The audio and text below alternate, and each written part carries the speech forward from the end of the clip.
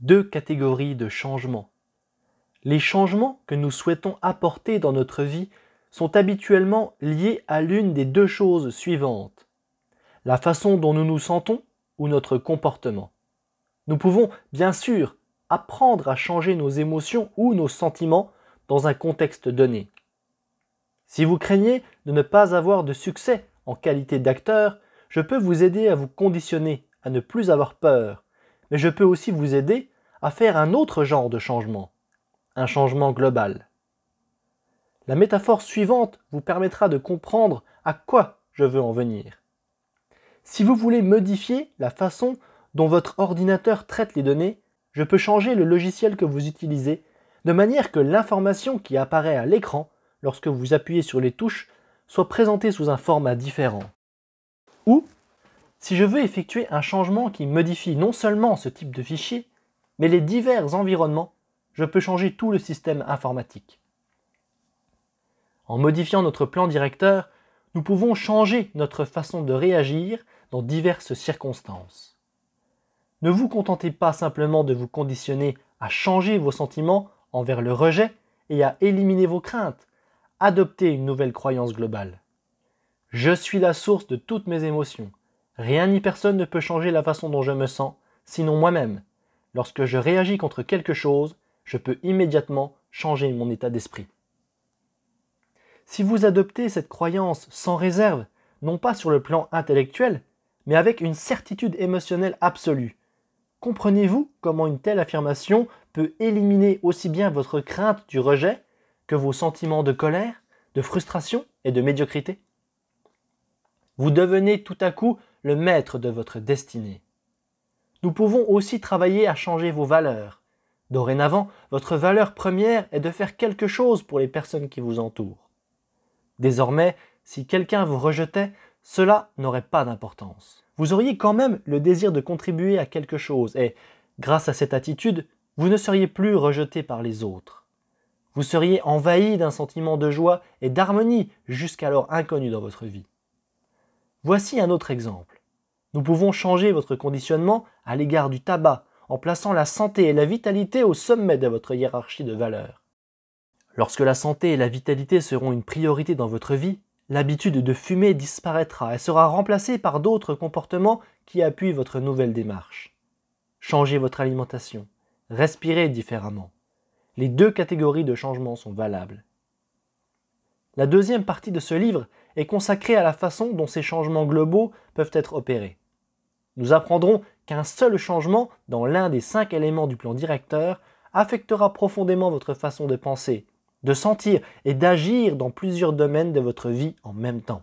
Modifiez un seul élément de votre plan directeur, puis vous oublierez certaines de vos évaluations et cesserez de vous poser certaines questions. Votre ordinateur cérébral refusera vos anciennes croyances. Le processus qui aboutit à la création d'un changement global est un outil puissant pour façonner sa destinée. Faites disparaître la cause et l'effet cesse. Miguel de Cervantes. Voici une histoire que j'aime beaucoup raconter. Un homme se promène le long d'une rivière lorsqu'il voit un homme emporté par le courant qui le jette vers les rochers. Il entend appeler au secours. Sans hésiter, l'homme plonge dans la rivière et réussit à ramener le rescapé sur la rive.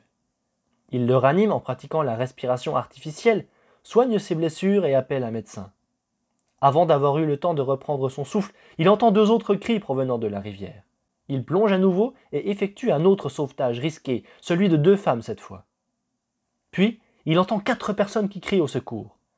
L'homme est bientôt épuisé, mais les appels à l'aide continuent malgré ces sauvetages répétés. Si seulement il avait remonté la rivière, il aurait découvert qui jetait toutes ces personnes à l'eau. Cela lui aurait évité bien des peines s'il s'était penché sur la cause du problème plutôt que sur ses effets. De la même manière, comprendre le plan directeur vous permet d'éliminer la cause de vos problèmes au lieu de vous épuiser à en combattre les effets.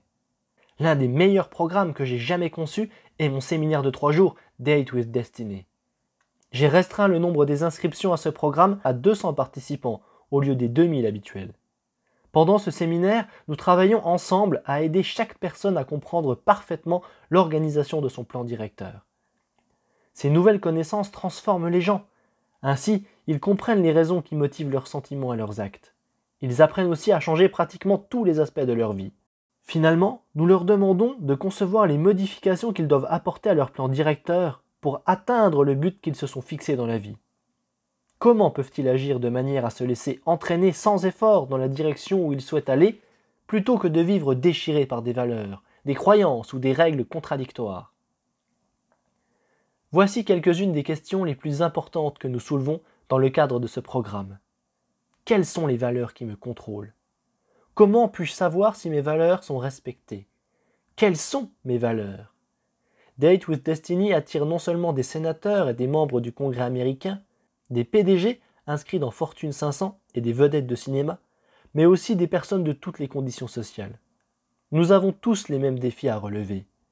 Comment pouvons-nous composer avec la déception, la frustration, l'échec et d'autres événements qui nous affectent, mais sur lesquels nous n'avons aucune emprise, quel que soit notre succès? Les sentiments que nous éprouvons et les gestes que nous posons se fondent sur notre évaluation des choses. Pourtant, la plupart d'entre nous n'avons pas pris la peine d'établir notre propre système d'évaluation. Les mots me manquent pour décrire les changements profonds qui se produisent chez les personnes qui participent à ce programme de 3 jours. Elles changent littéralement leur façon de penser et de percevoir la vie en quelques minutes, car elles prennent le contrôle de la portion du cerveau qui règle leur expérience de la vie. Au fur et à mesure que le cerveau fixe de nouvelles priorités, des changements se font sentir sur le plan émotionnel et même physique. Bien que le présent ouvrage ne vise pas à remplacer le séminaire Date with Destiny, je souhaite mettre à votre disposition les outils de base que nous utilisons dans ce programme. En lisant les prochains chapitres, vous pourrez produire dans votre vie les mêmes genres de changements, immédiatement. Vérifiez ce que vous avez appris. Afin d'éclairer votre réflexion sur le fonctionnement du plan directeur, permettez-moi de vous poser quelques questions qui feront jaillir vos idées et qui vous aideront à déterminer le rôle des diverses parties de votre plan directeur dans la prise de décision. Répondez aux 4 questions suivantes avant de poursuivre votre lecture. 1. Quel est votre souvenir le plus cher? 2. Si vous pouviez éliminer la faim dans le monde en tuant une personne innocente, le feriez-vous? 3. Si vous égratigniez une Porsche rouge dans un stationnement désert, laisseriez-vous une note? Pourquoi? Si vous pouviez gagner 10 000 $ en mangeant un bol de cafard vivant, le feriez-vous? Examinons maintenant vos réponses à chacune de ces questions. En regardant le schéma de votre plan directeur, déterminez lequel des 5 éléments d'évaluation vous avez utilisé pour répondre à la première question. Toute évaluation commence par une question. Vous avez probablement répété la question que j'ai moi-même posée. Cependant, votre réponse est tirée de vos propres références, n'est-ce pas? Vous avez récapitulé les innombrables expériences de votre vie et avez choisi le souvenir qui vous est le plus cher. Peut-être n'avez-vous pas voulu choisir un souvenir en particulier parce que vous croyez que toutes les expériences de la vie sont également précieuses ou que vous estimez qu'en choisissant un seul souvenir, vous dévalorisez d'autres expériences de votre vie. Voyez-vous, notre plan directeur d'évaluation détermine non seulement l'objet et la méthode de l'évaluation, mais aussi quels objets nous sommes disposés à évaluer. Reprenons la deuxième question. Il s'agit d'une question plus sérieuse tirée du livre The Book of Questions. Si vous pouviez éliminer la faim dans le monde en tuant une personne innocente, le feriez-vous? Lorsque je pose cette question, j'obtiens un éventail intéressant de réponses. Certaines personnes affirment qu'elles le feraient sans hésiter, car la vie de millions de personnes a plus de poids que la vie d'un individu. À leur avis, si une personne était prête à souffrir pour soulager toute la souffrance du monde, la fin justifierait les moyens. D'autres personnes sont scandalisées par ce raisonnement. Pour elles, toute vie humaine est sacrée. Cela fait aussi partie d'un ensemble de croyances, n'est-ce pas? D'autres encore croient que le monde est exactement tel qu'il doit être et que tous les gens qui souffrent de la faim se préparent à leur prochaine réincarnation. Certaines personnes disent qu'elles le feraient en donnant leur propre vie. Il est intéressant de constater la diversité des réponses que j'obtiens à cette question, selon que les gens choisissent d'utiliser l'un ou l'autre des éléments d'évaluation et selon les références qui l'accompagnent. Examinons maintenant la troisième question.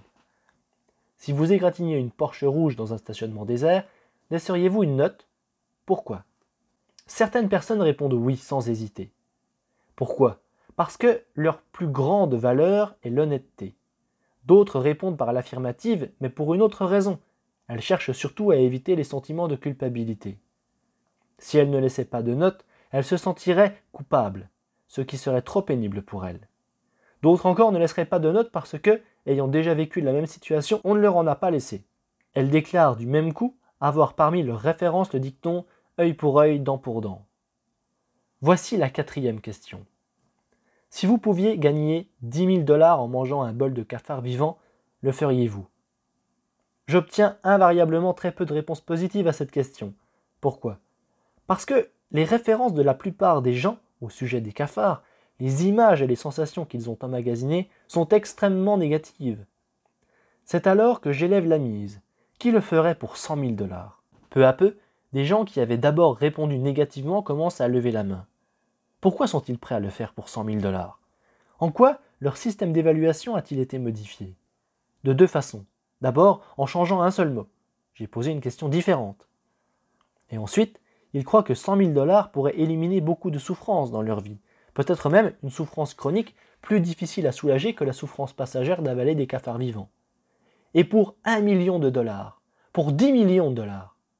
Tout à coup, la majorité des personnes dans la salle lèvent la main. Elles estiment que les plaisirs à long terme que leur procurerait 10 millions de dollars compenseraient largement cette souffrance passagère. Néanmoins, plusieurs personnes refuseraient de manger des cafards vivants pour tout l'or du monde. Lorsque je leur demande pourquoi elles me répondent « Je ne tuerai jamais un être vivant » ou « On récolte ce que l'on sème ». D'autres disent qu'ils pourraient tuer les cafards sans hésiter. Un homme m'a même dit qu'il arriverait facilement à en manger juste pour s'amuser. Pourquoi? Parce qu'il a grandi dans un pays où les cafards et autres insectes étaient des plats très recherchés. Les gens ont tous des références uniques et évaluent les choses de manière différente. Intéressant, n'est-ce pas? Viens un moment. En étudiant les 5 éléments du plan directeur, il faut nous rappeler qu'il est toujours possible de surévaluer. Les humains adorent l'analyse, mais à un moment ou à un autre, il faut arrêter d'évaluer et agir. Certaines personnes font tant d'évaluations que leur moindre décision se transforme en un événement important. Imaginons le cas d'une personne qui ne réussit pas à faire de l'exercice régulièrement. Pourquoi? À cause de sa façon d'envisager cette expérience. Elle est intimidée par toutes les étapes qu'elle doit franchir pour y arriver. Pour faire de l'exercice, elle doit 1. Se lever, 2. Trouver une tenue d'exercice qui amincit la silhouette, 3. Choisir les chaussures qui conviennent, 4. Mettre tout cela dans un sac, 5. Se traîner au gymnase, 6. Trouver une place de stationnement, 7. Monter l'escalier, 8. S'inscrire, 9. Aller au vestiaire, 10. Enfiler sa tenue d'exercice et finalement 11. Assister à la séance d'exercice, faire de la bicyclette d'exercice et transpirer à grosses gouttes. Et quand elle a fini, 12. Tout recommencer à l'envers. Évidemment, la même personne vous dira qu'il n'y a rien de plus facile que d'aller à la plage. Je saute dans ma voiture et j'y suis. Elle ne s'arrête pas à détailler une par une toutes les étapes de la route. Elle envisage cette activité dans son ensemble et décide si elle a ou non envie d'y aller. Parfois, à trop évaluer les détails, nous finissons par nous sentir débordés ou dépassés par la situation. Ainsi, nous devons apprendre à réunir plusieurs étapes mineures en un seul pas de géant qui, si nous le faisons, donne les résultats escomptés. Dans la section qui suit, nous analyserons notre système d'évaluation. Nous le remanierons afin qu'il soit plus efficace et nous passerons enfin de la parole aux actes en le mettant en pratique. En lisant les chapitres suivants, vous vous rendrez compte que je vous donne la chance de vous doter de pouvoirs qui produiront des changements que vous n'avez jamais cru possibles auparavant. Procédons sans plus attendre. Je vous aiderai à prendre conscience de votre système d'évaluation actuel et à mettre sur pied un nouveau plan directeur plus dynamisant.